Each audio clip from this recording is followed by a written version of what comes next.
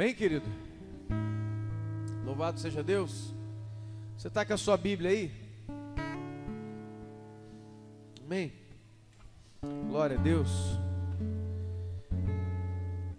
Quero abençoar todos que estão nos visitando essa noite, em nome de Jesus, para a glória de Deus, amém? Aleluia. Diz que quando a gente perde o controle é que Deus entra no controle, né, irmão? Né? Glória a Deus, que estava com toda a minha pregação aqui, apertei um botão errado, pagou tudo, ô glória. Aleluia, olha só que benção. Você vê que às vezes não é falta de preparação, não é falta de cuidado, né, irmãos? Aí apertei aqui que sumiu tudo, aleluia. Então não vou nem ver você mais, deixa pra lá. Mas, como diz, né, a palavra de Deus, e o Espírito Santo te fará lembrar todas as coisas que eu vos tenho ensinado. Então vamos lá, em nome de Jesus, abra sua Bíblia comigo. Na primeira carta de Tiago, amém? Tiago capítulo 4. Glória a Deus. Amém? Glória a Deus. Tiago 4.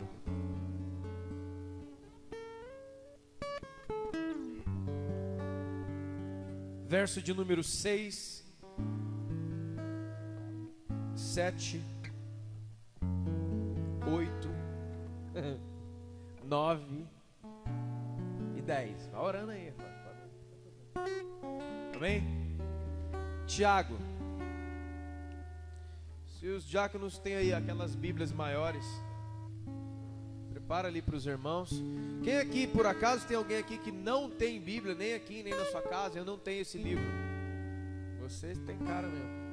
Pode pedir aí que os diáconos te dão aquelas maiores, se tiver, daquela Bíblia viva. Tiago capítulo 4, amém, querido?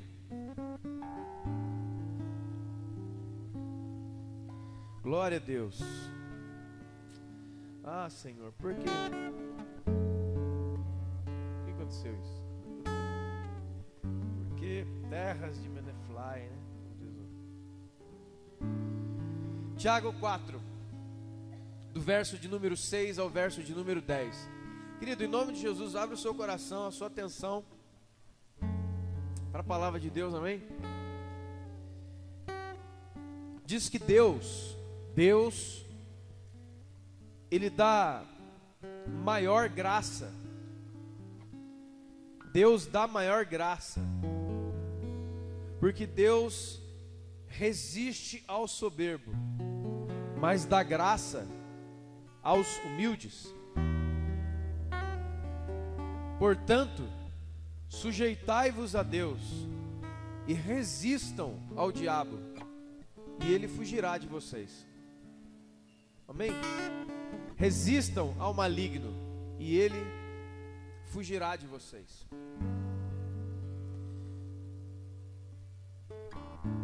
A experiência cristã, irmão, preste atenção.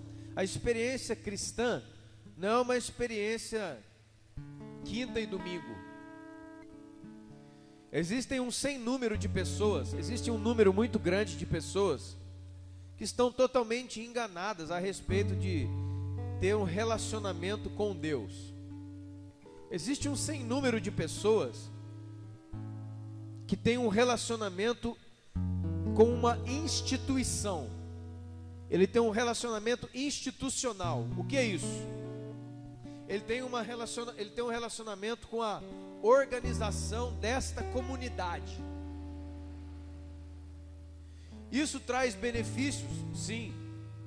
Porque afinal de contas, no meio de uma comunidade, você encontra novos amigos, você pode encontrar conselheiros, você pode encontrar até oportunidade de trabalho, como já tem acontecido muito.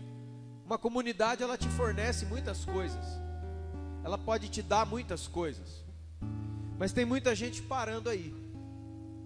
E a vida com Deus não é somente uma vida com a comunidade, não é somente uma vida coletiva, ela é uma vida individual, ou seja, ela é uma vida de relação também com Deus. Porque se nós acreditarmos que Deus é uma instituição, que Deus mora nesse lugar, nós vamos precisar desse lugar para ter contato com Deus. Quantos estão entendendo? A Bíblia é dividida em dois pontos principais, Antigo e Novo Testamento. O Antigo Testamento é Deus falando com o povo de Israel. E Deus sempre teve no coração o quê? Eu quero me relacionar com você, eu quero que você seja meu filho. Este é o tipo de relacionamento que este livro fala, um relacionamento de pai e filho. Deus nosso pai, nós somos seus filhos, amém? E não um relacionamento institucional, onde você tem que passar por um monte de questões para conseguir ter acesso a Deus, onde você tem que fazer provas, você tem que fazer isso, você tem que fazer aquilo para ter acesso a Deus. A ideia de Deus nunca foi essa. A ideia de Deus foi ter relacionamento com você, diretamente. Então o que acontece no Antigo Testamento? No Antigo Testamento, Deus chama um povo e começa a falar, esse povo é o povo de Israel. Mas aquele povo começa a não entender direito que Deus queria era uma família. Aí o que o povo faz?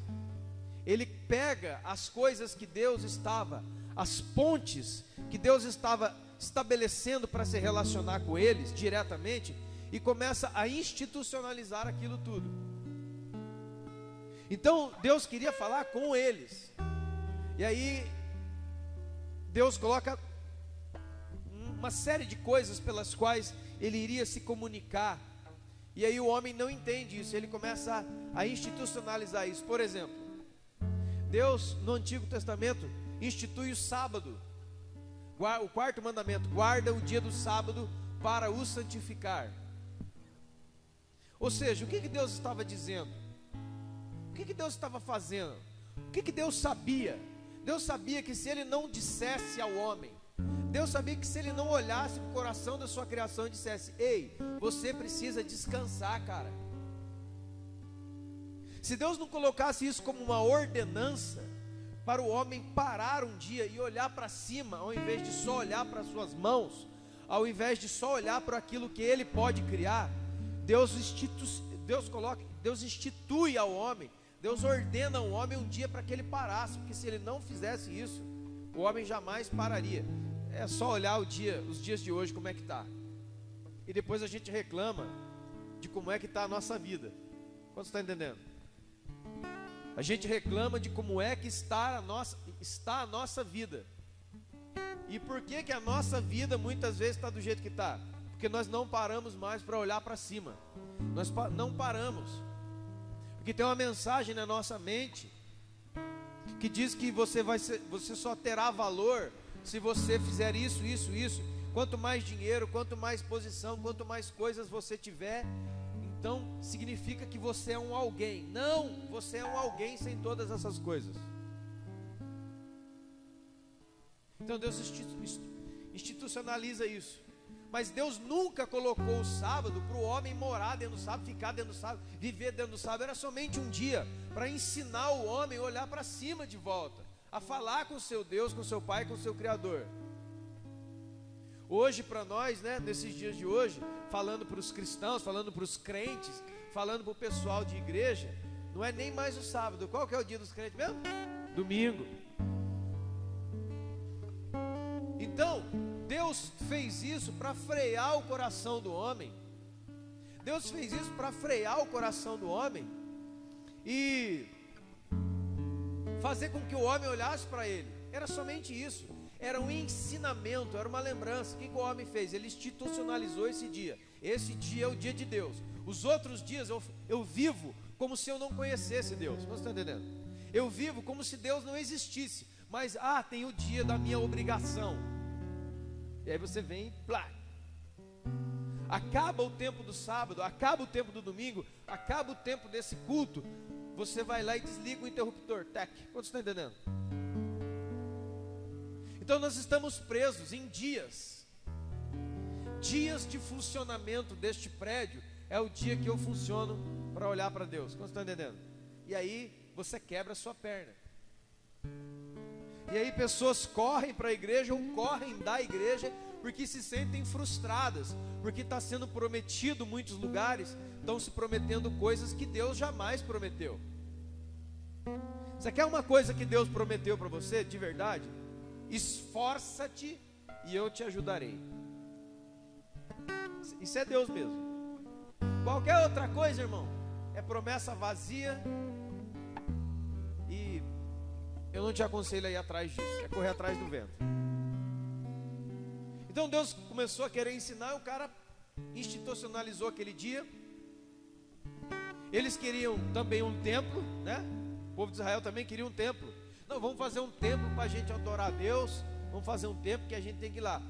E aí Deus, tudo bem, pode fazer o templo e eu vou conversar com vocês. Nesse templo vai ter um altar. O que o homem faz? Deus traz mais uma vez um símbolo. Deus traz mais uma vez um ensinamento. O que o homem faz? Institucionaliza o templo. Agora, a partir de agora, Deus só funciona dentro do templo. Fora não funciona. Então nós temos um dia, uma hora e um lugar. Nunca foi essa a vontade de Deus. E Deus também tinha colocado para facilitar. Escute a palavra: facilitar, não tomar lugar.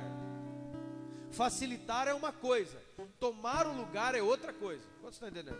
Colocou um sacerdote. Aí o que o homem fez? Não, esses caras aí falam com Deus no nosso lugar. Então, nós já temos um dia, nós já temos um lugar e nós já temos as pessoas. E a gente vai institucionalizando Deus.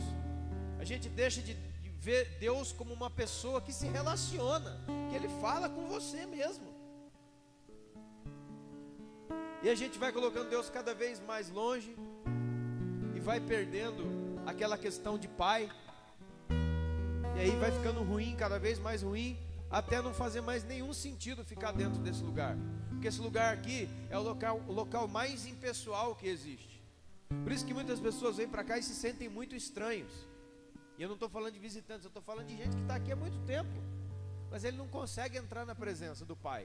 Ele só fica observando, meu Deus, e agora? Vocês estão entendendo? A Bíblia diz assim: resistir ao diabo e ele fugirá de vós. Porque, irmão, relacionamento com Deus não é só ir na direção de Deus. Ah, eu estou indo na direção de Deus, está tudo certo. Não é bem assim. Você vai entender hoje. Você vai ver isso hoje. Quantos de nós, quantos de vocês, eu poderia falar do meu próprio exemplo muitas vezes. Sabe que é principalmente virada de ano, né, irmão? Virada de ano poderia ser, em vez de ser 1º de abril, dia da mentira, podia ser 31 de dezembro, dia da mentira. Porque é nesse dia que você faz um monte de promessa. Nesse ano eu vou ler essa Bíblia, Deus. Ah, Senhor, eu vou ler.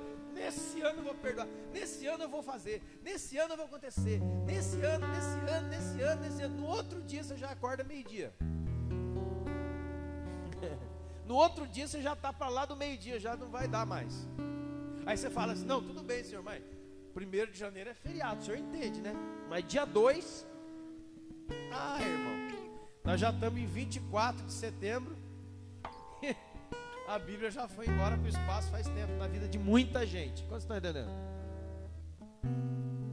O fato é que muitas vezes entrou algo de Deus no seu coração.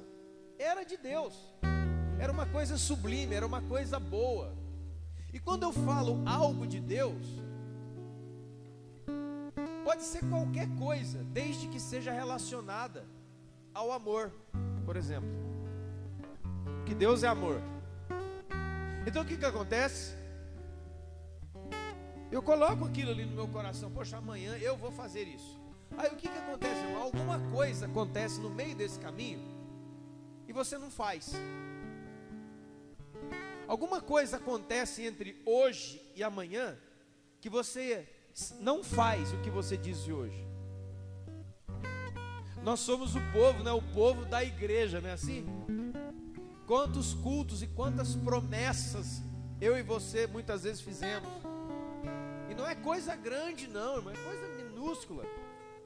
como melhorar um pouquinho amanhã. Amanhã cedo eu vou acordar, antes de eu fazer qualquer coisa, eu vou olhar para o céu e falar: Deus, meu Deus, me ajuda nesse dia. Obrigado por esse dia, me ajuda nesse dia. Amanhã eu começo. Amanhã você começa e liga na Ana Maria Braga, aquela mulher com aquele papagaio xarope que ninguém aguenta mais. E aí você fica escutando aquele lixo. Você acorda de manhã, você liga um noticiário, é só morte, desastre, desgraça, e aquele negócio já entra em você e uma mensagem, tá vendo? Cuida do seu, cara, dá os seus pulos, porque é o seguinte: o pessoal quer te matar, o pessoal quer te roubar, o pessoal quer te acabar com você, meu. Olha o jornal aí, ó. O cara tava no carro, veio lá, mataram ele, mataram a mulher, roubaram, a mulher tá andando com o cachorro, roubaram o cachorro. Estão roubando o cachorro agora. Os ladrões estão roubando o cachorro, meu negócio está feio no Brasil. Aí você olha aquilo, aí vem uma mensagem dentro da sua mente: está vendo? Não se relaciona com ninguém não, porque todo mundo é interesseiro, porque todo mundo é invejoso, porque todo mundo vai te dar uma rasteira, está vendo? Ninguém presta, homem não presta, mulher não presta, ninguém presta, tudo não presta. Aí você fecha as portas da sua casa, fecha o seu coração e morre sozinho, sem poder pedir ajuda. Sabe por quê? Porque ninguém presta. O jornal diz isso. Isso entra aqui. Mas quando você abre a sua Bíblia de manhã e lê, por exemplo, um salmo, e começa: Senhor, eu te agradeço, porque ainda há muita esperança para muita gente, que tem muita gente ruim, irmãos, mas tem muita gente boa também. Tem muita gente fazendo coisa que vale a pena, coisa legal, coisa que, mas isso, como já disse o William Bonner, isso aí não vai passar no Jornal Nacional, porque tem que mostrar sangue, desgraça, é aquela coisa toda que mostrar coisa boa. Vamos passar isso no Globo Repórter sexta-feira depois da meia-noite. Se a programação da televisão se ocupasse em só mostrar coisa boa, a sociedade mudaria muito. Isso que eu estou falando aqui não é minha opinião, não. É resultado de pesquisa de um monte de psicólogos e cientistas da sociedade. Cientistas que estudam a sociedade, antropólogos e tal, estudam o ser humano. A carga de coisas ruins, elas vão alterando a nossa percepção e a nossa maneira de pensar. O que tem tudo? O que é isso que tem a ver? Nós muitas vezes recebemos coisas de Deus no nosso coração para ser e para fazer. Só que acontece o seguinte: alguém vem e tira aquilo ali da gente. Porque aquele domingo eu tomei uma decisão. Eu vou lá na casa da minha tia, porque eu briguei muito sério com a minha tia, mas eu vou lá na casa da minha tia. Eu quero voltar a ter o laço familiar de volta. Eu vou pedir desculpa, eu vou pedir perdão. E aí você sai daqui decidido. Aí você dorme. No outro dia, mano, minha tia está pensando que é quem? Eu acho que é melhor deixar ela quieta mesmo. E assim é. Você encontra exemplos tão grandes na Bíblia. Por exemplo, em Atos capítulo 5, um casal chamado Ananias e Safira. Eles tinham pegado um terreno que eles tinham, foram lá e venderam o terreno, e eles combinaram entre si, marido e mulher, em fazer uma doação para aquela igreja de então. No meio do caminho vem uma nova ideia. Isso é muito dinheiro, hein? Isso é muito dinheiro. Vamos dar metade que tá bom, né? E eles morreram por causa disso. O que eu quero dizer para você, irmão, é que a Bíblia diz que nós devemos resistir ao diabo. Por quê? O nosso relacionamento com Deus, escute bem, passa por isso. O êxito da sua vida passa por uma palavra chamada perseverança. Sabe o que é isso? Uma palavra que está de capa a capa na Bíblia. Perseverar é resistir, é tentar e tentar e tentar de novo, é lutar e lutar e lutar de novo, é não esmorecer, não é baixar a guarda, não é olhar para uma situação e se dar por vencido dessa situação. Eu estava comentando segunda-feira aqui com o pessoal da intercessão. Toda segunda-feira vem orar conosco e aprender sobre oração. 7 da noite. Desde terça-feira passada, quando Deus nos deu assumir lá a diretoria do orfanato, do lar, no dia da terça-feira eu fiquei eufórico. Eu fiquei muito alegre. Meu Deus, que coisa linda. Deus está dando para nós um lar, um orfanato de crianças para nós dirigirmos. Cara, que sonho isso, que coisa tremenda, que legal. 2 dias depois, quando eu acordei de manhã, acordei, mano, levantei da cama, lavando o rosto, escovando o dente, preparando o café para levar a Helena para a escola 7h30 da manhã. Veio um pensamento dentro da minha mente, dizendo assim, ó, mas isso aí dá muito trabalho, hein? Nada. Você já mediu o trabalhão que vai dar isso aí? É melhor você passar para fulano, ciclano e beltrano, porque eles têm dinheiro para pagar essas dívidas. Eles têm condição de montar diretorias e coisa melhor que você. Então é o seguinte, o seu coração é bom, mas é melhor que o lar, que o orfanato se abra, Deus seja glorificado e as crianças possam ser assistidas. Então é melhor você passar para alguém que tem mais condição que você. Aquilo entrou, irmão. Eu estava preparando o café, o negócio entra. Você está entendendo o que eu estou dizendo, né? E eu comecei a pensar, não, é verdade, porque eu não tenho tantas condições assim. Ou melhor, eu não tenho nenhuma. Muitas vezes, né, irmão, a gente não consegue dirigir a nossa própria vida. Quantos são assim? Eu não, eu sou o cara. Beleza, então ora por mim no final, tá? Muitas vezes a gente não consegue dirigir pedaços da nossa vida, né? A gente perde o controle, a gente quer, a gente sabe o que deve fazer, mas não tá indo. A gente sabe, né, que a gente tem que acelerar aquele carro, mas o carro está patinando. Quantos já se sentiram assim na vida? Em algum momento?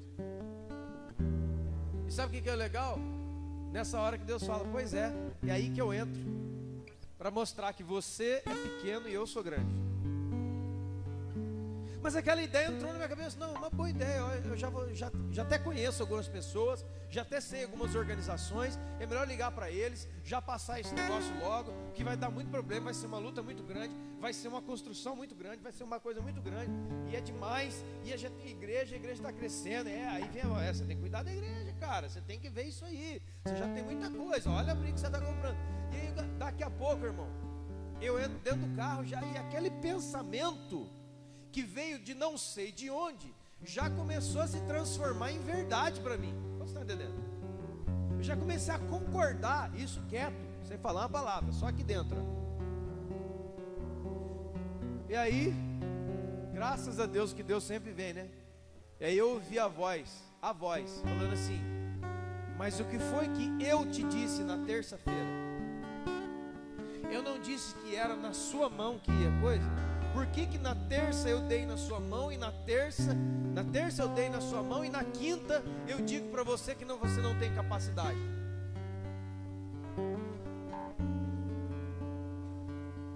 Porque tinha alguém acessando o meu coração, tinha alguém acessando a minha mente, e eu precisava resistir a isso. Eu precisava colocar minhas 2 mãos no peito daquele pensamento, daquela criatura e empurrar ele para fora. Porque resistir ao maligno, resistir ao diabo, não é ficar num canto assim, ó, vendo quanto você aguenta apanhar. Não é isso. Resistir é fazer uma força contrária, oposta, fazer isso aqui, ó. O cara está te empurrando e você empurra ele de volta. Os pensamentos vão entrando e tomando lugar na nossa mente como se fossem verdades absolutas. Você já perdeu, já era. Então é o seguinte, ó, entrega essa empresa mesmo sua aí, já era, não vai dar mais. Você é mesmo, não, já era, não tem jeito. Abre mesmo mão da sua família, abre mesmo mão do seu filho, abre mesmo mão dos seus sonhos, abre mesmo mão do seu ministério, abre mesmo que não está dando para você. Você está vendo que não está dando? Aí você abre mão. quero que você abra a Bíblia comigo, nesse texto aqui, ó, de 2 Samuel, lá no Antigo Testamento, 2 de Samuel, capítulo 23, finalzinho, fala dos valentes de Davi. Segundo livro de Samuel, capítulo 23,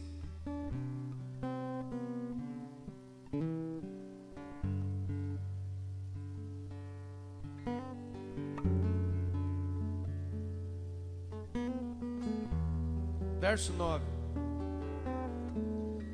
fala dos valentes de Davi. Escute isso, irmão, em nome de Jesus.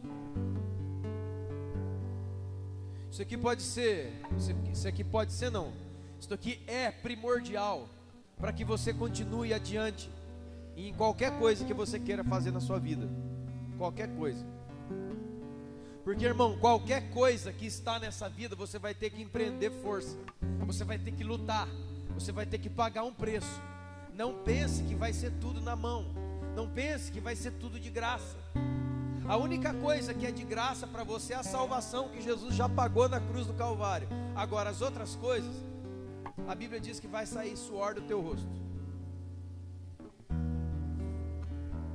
Verso 9, fala de um homem chamado Eleazar.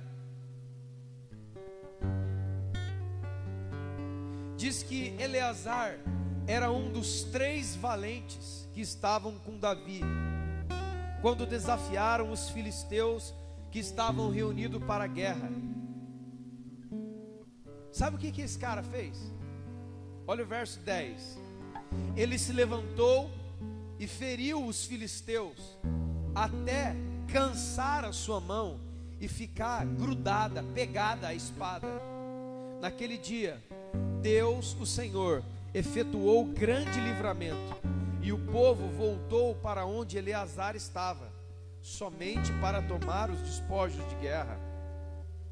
Depois dele, Sama, filho de Agé, quando os filisteus se ajuntaram em Leí, onde havia um pedaço de terra cheio de lentilhas, e o povo fugia diante dos filisteus. Então Samá se colocou no meio daquele terreno e o defendeu, e feriu os filisteus, e o Senhor efetuou grande livramento. Olha só, irmãos, nessas duas questões, nessas duas atitudes, a Bíblia diz claramente a seguinte coisa no final dos versos: que Deus efetuou o livramento. Amém? Que Deus efetuou grande livramento. Mas aí vem a pergunta: como é que Deus efetuou um grande livramento? Usando 2 pessoas. 2 pessoas o quê? 2 pessoas que fizeram o quê? 2 pessoas que se comportaram como? Começando do verso 11 para o 10. Diz que Sama, ele foi defender um pedaço de terra, um terreno que tinha uma plantação de lentilhas. A lentilha, naquela época, era um dos grãos que menos valia dinheiro. Era um dos grãos que menos valia dinheiro, porque a lentilha, ela não participava ativamente vamos dizer assim, da culinária, da comida do povo daquela época. Embora fosse de comer, e é até hoje, lentilha, é gostoso. Mas o que está dizendo aqui? Que esse homem chamado Sama, ele entrou naquele terreno sozinho, e ele defendeu o que não valia quase nada.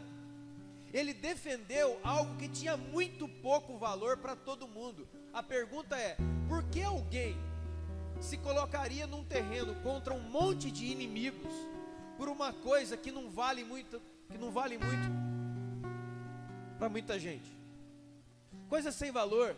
Sabe, irmãos, o que Deus tem procurado nesses dias de sempre? Sabe o tipo de pessoa que Deus quer ver? Homens e mulheres que se posicionem, que aqui o texto está bem claro no verso 12. E Sama se posicionou no meio daquele terreno e o defendeu. Por que alguém defenderia algo que vale nada, ou vale muito pouco?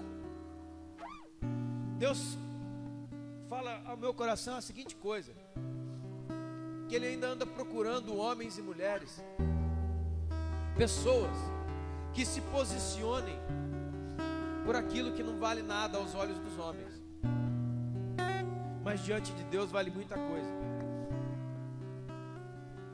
Quantos estão entendendo isso? Tem muita gente que é considerado nada, sabia disso? Tem muita gente que é considerado como nada para muita gente. Deus está falando no meu coração: quem é que vai se levantar para defender um pedaço de terra que não vale nada, que vale muito pouco, que perante a sociedade não tem valor algum? Quem é que vai se levantar em favor do pobre? Quem é que vai se levantar em favor do órfão, da viúva, do estrangeiro, do perdido, do viciado, dessa galera que está aí à margem da sociedade? Ninguém quer lidar com essa gente, ninguém quer mexer com essa gente. Foi isso que Deus falou comigo na quinta-feira. Falei: ei, na terça-feira eu entreguei uma coisa na sua mão, como que na quinta você já está pensando em entregar para outra? Muitas vezes Deus coloca coisas para nós fazermos, e o que a gente faz? A gente fica com procrastinação. Amanhã eu vejo, vai empurrando com a barriga, daqui a pouco eu vou ver. E irmãos, existem muitas coisas nas nossas vidas que tem uma janela de tempo. Você não vai poder resolver certos problemas da sua vida daqui a 3 anos, você tem que resolver hoje. Vocês estão entendendo? Existem coisas, existem questões, existem pontos nas nossas vidas que ou você resolve hoje ou amanhã pode ser tarde demais. Vocês estão entendendo? Ah, depois eu vou ver isso aí. Depois não tem mais. Depois é tarde demais. Não dá mais tempo. Depois não vai dar. Quantos estão entendendo? Amém? Isso? Agora, quem é esse homem, quem é essa mulher que vai se posicionar e defender aqueles que não têm nenhum valor, ou aquilo que diante das pessoas não tem mais valor?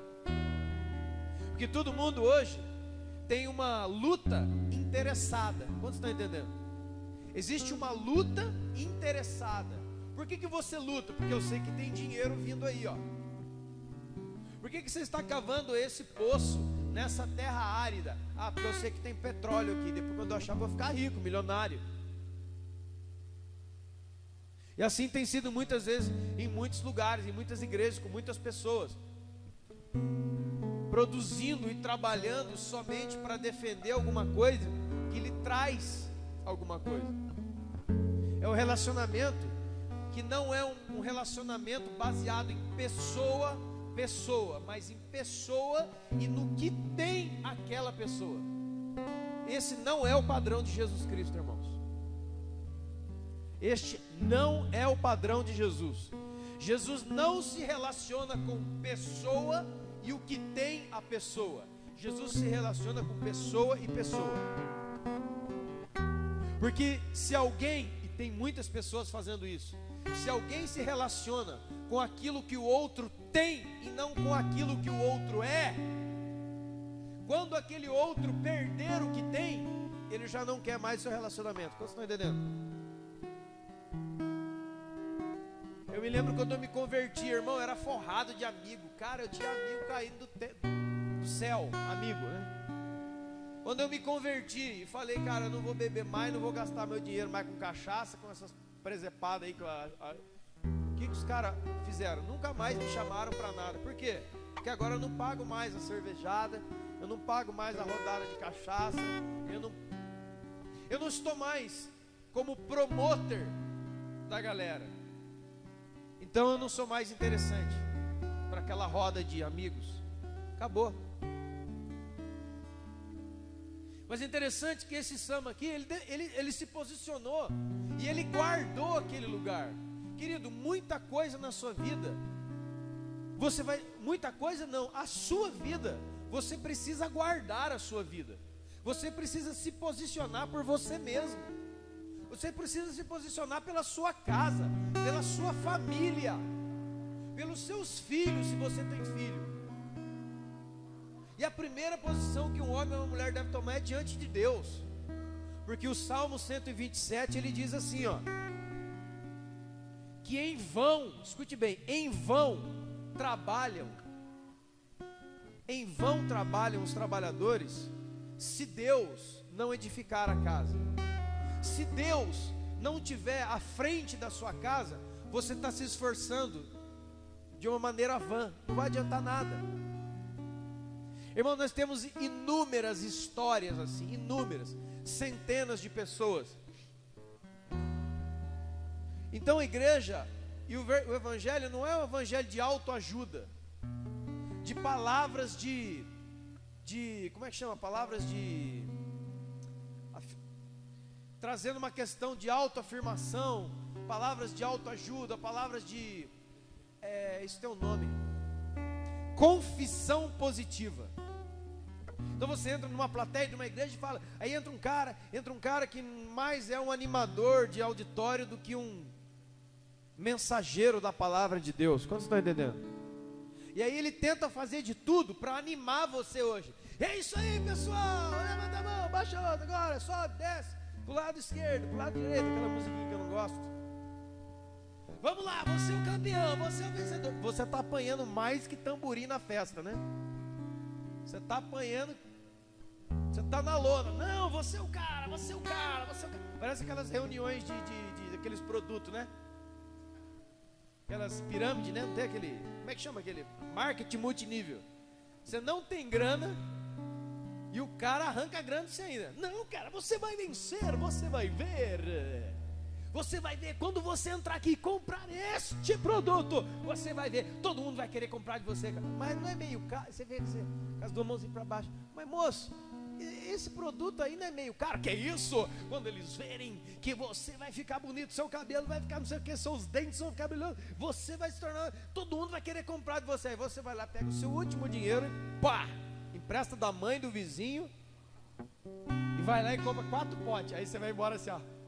Parece, irmão, sabe aonde que foi inventado esse negócio de marketing multinível? Numa história muito antiga, João e o pé de feijão. Quantos conhecem? Você sabe a história de João e o pé de feijão? É essa. Ele saiu com dinheiro para comprar comida, leite, para a sua família. Chega um cara no meio, não rapaz, compra 2 feijões, porque são feijões mágicos, e não sei o que, esse feijão mágico, cara. Aí ele chega em casa, filho, você trouxe a comida para a sua família inteira? Não, mãe, eu fiz um grande negócio. Como é que é? Comprei um feijão mágico. A sua mãe pega o rolo de macarrão, tá, Val. A igreja verdadeira não é para fazer isso. Não é para te dar um chacoalho agora, e aí você vai saindo daqui, e vai saindo, chega na sua casa, você já... Porque não tem nenhum animador de auditório lá. Não tem nenhum animador de auditório amanhã, quando a hora, as contas chegam para pagar. Quantos estão entendendo? Então o que é o lance da palavra de Deus? Deus instrui, Deus ensina. Ensina o quê? Os seus princípios. É muito diferente de... Vamos tentar animar a galera aí, pessoal, vamos lá. Ó, você pega a bexiga do outro, estoura. Aí você estoura a bexiga do cara lá. Aí você pega um monte de coisa, você pega assim, você é um vencedor. Você não tem onde dormir hoje, velho. Aí você pega o papel, sou vencedor, chega na sua casa, sua mulher já está querendo te matar, seu marido já está querendo te botar para fora, sem emprego, sem esperança, sem um monte de coisa. Irmão, nós vivemos num mundo real. Ou a gente acorda, ou a igreja virou aquelas casas de contar história. E eu sou um contador de histórias. Você viu isso é profissão agora, contador de história. E tem um monte de gente que tem isso aí já faz tempo. Ele é um contador de histórias.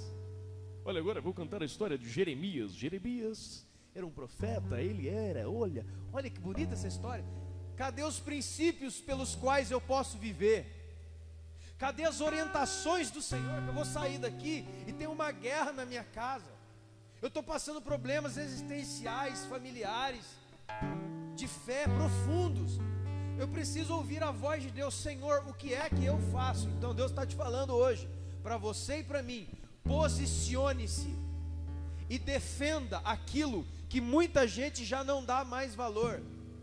Defenda aquilo que talvez você já não está dando mais valor, porque tem valor. Porque o valor, né, irmãos?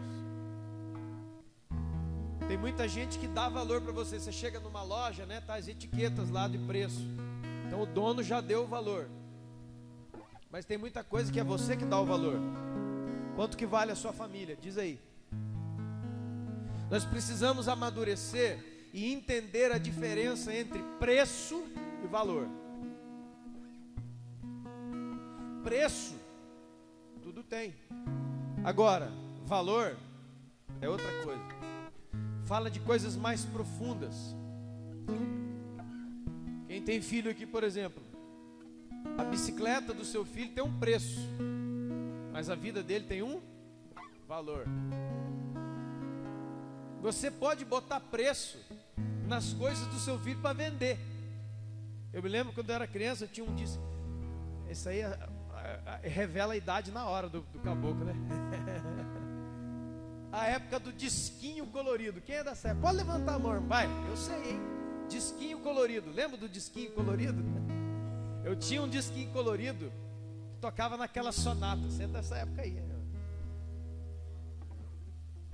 Tinha uma música chamada Born to be Alive. Born to be alive, born to be alive. Era essa música. Cara, eu escutava aquilo lá até rachar. Certa feita, o meu pai acordou de manhã no domingo, pegou o meu disquinho, que valia muito, foi à feira da Bargain e trocou num outro disquinho pequeno do Martinho da Vila. Meu Deus, Jesus. Meu Deus, eu fiquei, irmãos. Ele botou preço numa coisa minha. As nossas coisas têm preço, mas nós temos valor. Mas muitas vezes nós estamos diminuindo o valor dos outros. Estamos diminuindo o valor da nossa família, da nossa casa, da nossa comunhão com Deus. Ah, eu não estou diminuindo o valor da minha comunhão com Deus, não. Você quer ver? A sua comunhão com Deus tem melhorado ou ela tem deteriorado? Se ela tem deteriorado, é porque você não está posicionado para defendê-la, porque ela está perdendo valor para você. E ninguém quer lutar por algo que não tem valor. Você está entendendo isso? É isso. O outro diz que o Eleazar, ele lutou tanto naquele dia que ele não conseguia mais abrir a sua mão colou na espada. Isso aí não existe, não. Existe sim. Quando você, por exemplo, o seu tipo de trabalho, o seu ramo de trabalho não é um trabalho braçal, de esforço muito grande, e você enfim, você tem uma profissão X, e aquela profissão ela não é uma profissão de esforço braçal muito grande. Quantos estão entendendo isso? Aí você aparece, vamos supor, lá na casa da vovó, na casa do irmão, que o mato está dessa altura aqui no terreno, ó. Aí você vê uma enxada, deixa comigo, vó. Ah, irmão. Aí você pega a enxadona, pá, pá, pá, pá. Ou uma marreta é pior ainda, aquelas marretas grandes. Deixa que eu quero, bum, bum. Você dá umas 10 marretadas e abre a mão para você ver. Quando já... Cara, o negócio... Por quê? Aquele impacto e aquela força empregada é tão forte que os seus nervos se contraem, você cola a mão ali. E aí para você abrir, você abre, mas você faz assim, ó. Você faz assim, nossa. É isso que aconteceu com esse cara. Esse cara, esse Eleazar, ele empregou toda a sua energia numa luta que durou o dia todo para defender o seu pedaço. Ele lutou até a mão dele colar na espada. A Bíblia, a palavra de Deus, uma das como é que chama? Download, ó. Esse que eu falo, a Vivo, net, às vezes cai o sinal, né? Mas com Deus não vai cair, não. Oh, aleluia. Deus é banda larga, irmão. analogia. Um dos nomes pelo qual a própria Bíblia chama ela mesma é a espada do Espírito. A espada do Espírito, que é a palavra de Deus. O que Deus está falando nos nossos corações? Você não pode lutar de qualquer maneira, você tem que lutar através de princípios. Você tem que agarrar essa espada até ela ficar colada na sua mão. A mão na Bíblia também é uma analogia de obras, porque é com as nossas mãos que nós construímos e fazemos as coisas. Então a mão grudada na espada é: o que você for construir, construa com base na palavra de Deus, nos conselhos de Deus. Agora, sabe o que acontece lá em Gênesis 15? Até o Diego estava falando aqui um pouco domingo. Gênesis 15 diz que Abraão estava para fazer a aliança dele com Deus. Deus havia chamado Abraão e falou assim: eu vou fazer uma aliança com você. Prepara o altar, coloca sacrifícios no altar, que eu vou descer com fogo e eu vou fazer uma aliança com você. Escute bem. O que Abraão fez? Ele obedeceu. Ele preparou o altar, ele colocou os animais ali para o sacrifício. E aí o que acontece? As aves de rapina, abutre, talvez gaviões, até mesmo águias, aves de rapina, aves que comem carne, começaram a descer sobre o altar que ele havia preparado. Escute isso. Deus disse a ele: eu farei uma aliança contigo. E ele perguntou: o que é que eu tenho que fazer? Prepare um altar e coloque um sacrifício. Ele foi lá e fez.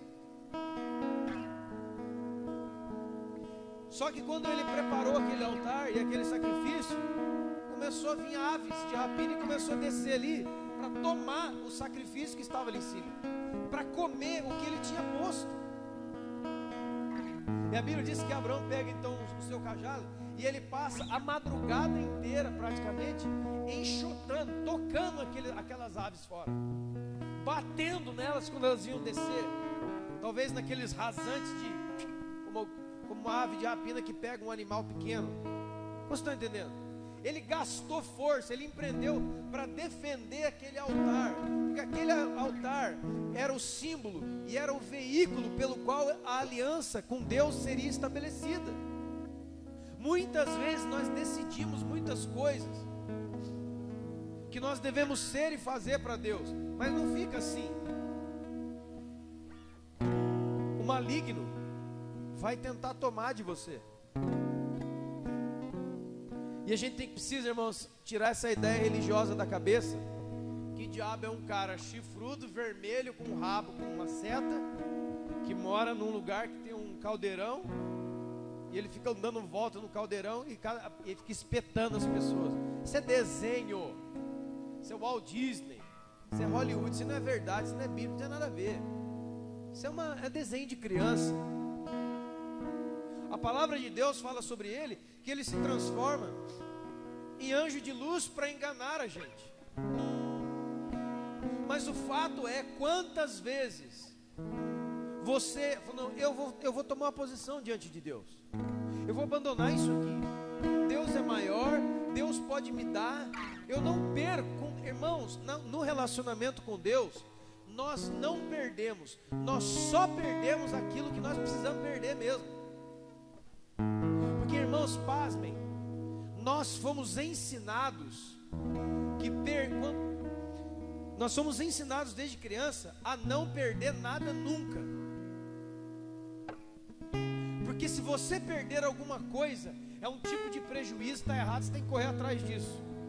Quando você ouvir a famosa frase: mano, e aí, cara, como é que você está? Estou correndo atrás do prejuízo. Então você é louco, mano, porque o prejuízo você vai alcançar, e ele vai te dar um prejuízo, está correndo atrás dele. Agora, na palavra de Deus diz que quanto mais próximos de Deus, o próprio Deus vai livrar você, vai arrancar você de um monte de coisa que muitas vezes você não quer perder, mas você precisa perder para se tornar aquilo que Deus quer. Por exemplo, você pega uma família, marido e mulher, filhos, com um monte de problemas, com um monte de lutas, com um monte de questões. Aí eu quero fazer uma aliança com Deus, eu quero tomar posição diante de Deus. Só que é o seguinte, por que eu estou cheio de problemas familiares? Eu tenho um monte de problema, por exemplo, com vício. Eu tenho muitos vícios. E esses vícios irritam a minha esposa e meus filhos, por exemplo, ou meu marido. E isso está dando problema na minha família. Aí você vem para Deus, Deus fala assim, ó, primeira coisa, larga disso, larga. Aí você fala, Deus, mas são os meus amigos. Pois é, por causa deles você está perdendo a sua casa.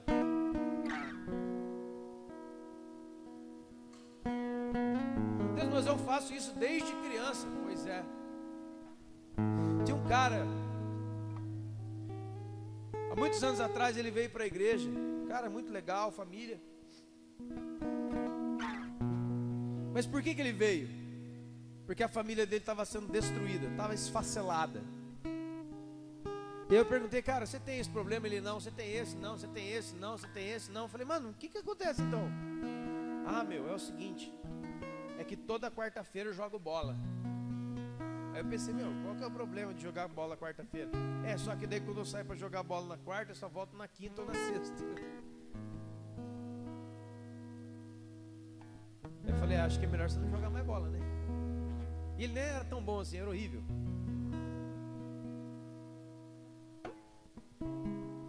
Eu não sei o que é que você e eu temos que perder para restaurar uma coisa. Mas muitas vezes, para Deus restaurar algo na sua vida, Ele não vai colocar algo na sua vida, Ele vai retirar algo de você, porque é necessário. O altar da aliança estava lá, mas ele teve que resistir. E por que eu uso a analogia das aves como o diabo e os demônios? A força contrária. Porque na parábola do semeador, está que algumas sementes caíram à beira do caminho e as aves do céu tomaram aquela semente. E quando os discípulos perguntaram para Jesus, Jesus, explica essa parábola para nós. Jesus falou, as aves do céu são os demônios, cara. Não existe intimidade, não existe trabalho com Deus sem ter que resistir ao maligno. Na Bíblia não tem. Eu já vou no exemplo máximo, o próprio Jesus. Ele foi para o deserto, levado por quem? Pelo Espírito Santo. Para quê? Para ser tentado. O mesmo Espírito Santo que levou Jesus para o deserto, também obrigou a Satanás a se encontrar com Jesus. Porque, irmão, talvez você ainda não parou para pensar nisso. Quando Jesus estava no deserto, a Bíblia diz que tudo que existe, existe nele. E foi por causa dele, foi ele que criou Jesus. Então qual foi o encontro do deserto? Não foi de Jesus e o diabo, não, foi de Deus e uma criatura. Satanás foi ao deserto encontrar com o seu Criador. E Satanás já tinha a sentença de derrota em Ezequiel 28 e Isaías 14. Quando Satanás é deposto do céu, lá ele recebe uma palavra: não subsistirá e nem será. Lá acabou a conversa. Então, Satanás foi encontrar com o seu Criador, que Satanás sabia que se Jesus estalasse o dedo, ele virava poeira. Ele foi para uma luta que ele sabia que ia perder. Ele faz seu jogo de tentação, mas ele sabia que ele ia perder, ele não ia derrotar Jesus. Mas a pergunta é: por que Satanás sabia quem era Jesus, sabia que não podia derrotar Jesus, porque Jesus é o Criador dele? Por que ele ainda foi lutar? Porque alguém entraria num ringue com uma pessoa que ele sabe que ele não tem a mínima chance? E aqui eu quero terminar com você para nós orarmos. Aprenda a lutar, aprenda a resistir, aprenda a defender aquilo que muitas vezes você talvez ou as outras pessoas não dão mais valor. Aprenda a lutar até muitas vezes ficar cansado e exausto. Não pare de lutar. A Bíblia diz: resistir ao diabo e ele vai fugir. Isso vai passar. As nossas lutas são momentâneas, diz a palavra de Deus em 2 Coríntios capítulo 6. São momentâneas. A luta que eu e você temos não é uma luta eterna, ela passa. Quando que ela passa? Se eu me posicionar contra ela, direito. Agora, se eu ficar deitado no chão, o carro vai passar em cima de você. Você está entendendo isso? O Abraão fez de tudo para defender o seu altar. Não, cara, ninguém vai botar a mão nisso aqui, não. Eu preparei isso aqui para Deus. Não. Eu vou quebrar o pau com esses passarinhos aqui. Na época não tinha o Ibama, né? Senão já aqui, ó, então passa enchendo o saco aqui. Na época não tinha o telefone. Cadê o irmão? Cadê o Mandu? Na época não tinha o telefone do Mandu, né? Senão já ligava lá, ele ia lá e catava os passarinhos com a gaiola, já era. Cadê ele? Tá aí? Depois. Se você não lutar,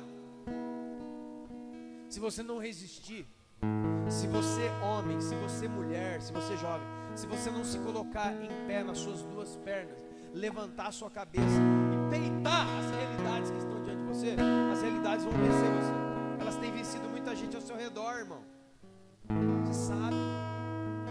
Tem que ir contra, tem que pegar na palavra, tem que lutar segundo as normas de Deus. O apóstolo Paulo fala assim: o lutador, o atleta não luta a não ser segundo as normas, as regras. Quais são as regras? As de Deus. Seja fiel a Deus e Ele será fiel a você, está escrito na palavra. Mas a Bíblia também diz: aqueles que viram as costas para mim serão desmerecidos. Ah, por quê? Porque, meu, é muita coisa para nós, velho. Quero dizer, finalmente, então, a seguinte questão que eu ouvi de um irmão há muito tempo. Tem muita gente que tem ministério aqui, não tem? Você tem um ministério, não tem, irmão?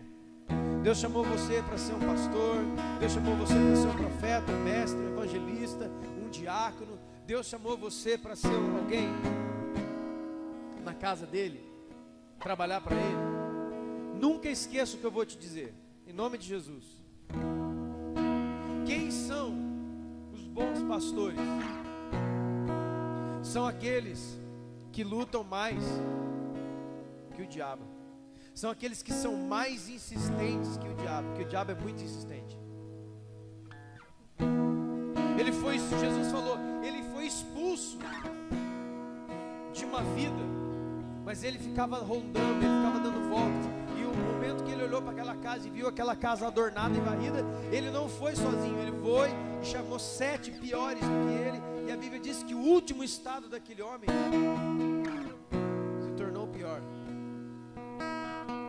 que o primeiro. Se você não for insistente com seus filhos, o diabo será. Guarda isso, isso pode salvar a sua vida. Você quer ser alguém na obra de Deus? Você quer trabalhar na obra de Deus? Você quer trabalhar com seus grupos? Você vai ter que ser líder da igreja. Você vai ter que ser, irmão, mais insistente que o maligno, porque o maligno insiste muito. Você quer continuar com a sua esposa, com o seu marido, com os seus filhos? Você quer a unidade familiar da sua casa? Você vai ter que ser mais insistente que aquele que está tentando entrar e destruir tudo que você tem. Ah, eu tenho um chamado muito bonito. Se você não for insistente a vida toda com isso, o diabo será mais insistente. Ele vai botar desânimo, ele vai botar descrédito, ele vai botar desconfiança, ele vai botar incredulidade. Uma coisa que se acreditava tanto esses dias, parece que apaga do nosso coração. Quantos estão ouvindo isso? Naquele dia, naquele culto, você estava tão decidido, era, cara, não havia espaço para dúvida. Se alguém chegasse e falasse, cara, você é louco fazer isso, não, eu tenho plena certeza, 2 dias depois, a sua mente já está cheia de dúvidas. Sabe por quê? Você não toca as aves, você não está tocando as aves, você está deixando elas pousarem. Martim Lutero tem uma frase muito antiga, ele diz assim: talvez eu não possa tirar as aves do meu redor, mas na minha cabeça elas não vão fazer ninho. Talvez a vida toda eu tenha que interagir a vida toda lutando contra esses bichos, enxotando eles da minha vida, mas aqui eles não vão sentar e não vão fazer ninho, não. Quantas vezes você teve decidido em fazer tantas coisas, não fez? Por que não fez? Porque é um outro pensamento que você não sabe de onde veio, se interpôs e falou: oh, que isso, cara? Não, esse ano eu vou fazer minha faculdade, esse ano eu vou terminar. Irmãos, nós estamos no Brasil na era da desistência. Talvez, de todos nós que estamos aqui, eu creio que sim, todos nós que estamos aqui já desistimos de uma coisa no meio do caminho. Eu já. E não foi porque Deus mandou, não. Foi porque eu não tive peito para levar em diante. Porque eu desanimei. Porque eu achei que não valia nada. Ah, mas você entra num curso de inglês, primeiro você compra lá, primeiro dia você gasta, você compra todas as apostilas, compra os áudios e vai na aula 1, vai na aula 2, vai na aula 3, toda semana você já está faltando segunda-feira, terça-feira, sexta-feira, você, mas não vai ninguém mesmo. E você pagando. Academia então, caminhada e corrida então. Meu Deus, agora sou eu, Jesus. Agora é nós, hein, Moreno? Essa palavra é para você, varão. Irmão, se essa igreja aqui tem muito mais do que varão, tá virando tronco já. Os caras estão. Não é varão de Deus, o que varão é meio fino. Os caras estão virando os troncos de Jesus agora. Você também, ó. Você vai na academia. Primeiro dia, né? Outro dia você, nossa, tô tendo uma dor aqui, cara, que academia. Uma semana, 2 semanas. Sexta-feira, né? E aqueles irmãos, então, isso é pior, que compra aquelas bicicletas. Como é que chama aquela bicicleta? Ergométrica? Não é ergométrica. Aquelas bicicletas de andar em casa, aquelas esteiras de correr. Não, eu vou fazer lá em casa. Não faz isso, cara. O cara vai lá e gasta uma grana preta naquela bike e põe dentro da sala de casa. Olha, amor. 2 semanas, você olha a bicicleta.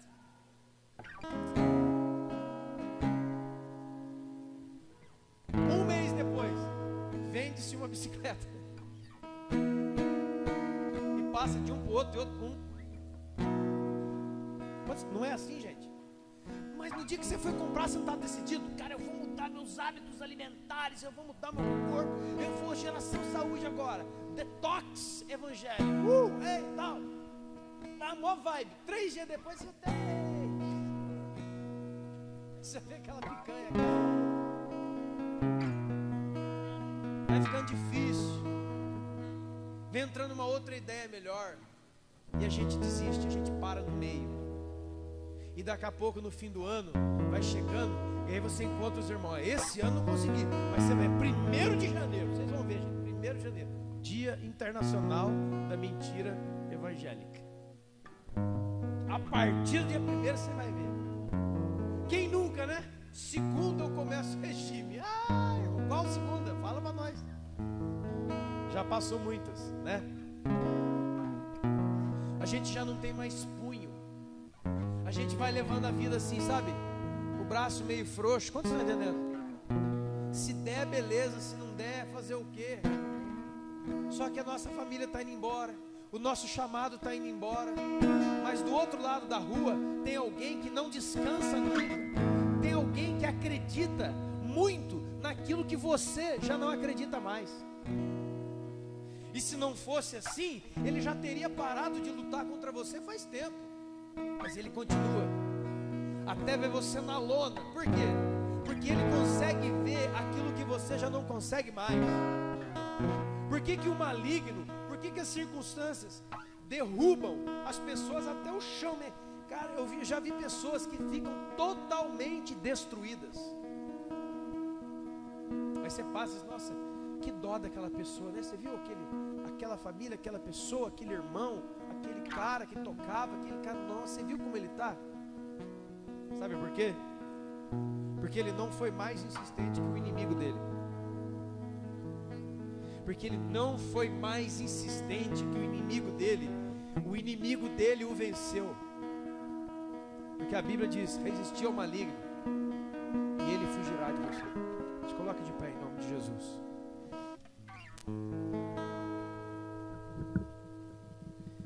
Eu não sei qual tem sido a sua luta, ou quantas têm sido as suas lutas. Uma coisa eu digo para você: em Deus há poder e sabedoria para que você as vence, todas elas. E aí alguém diz: mas essa eu não estou conseguindo, é impossível. Aí Deus fala: cheguei. Porque aquilo que é impossível aos homens é possível a Deus, porque para Deus não há impossíveis.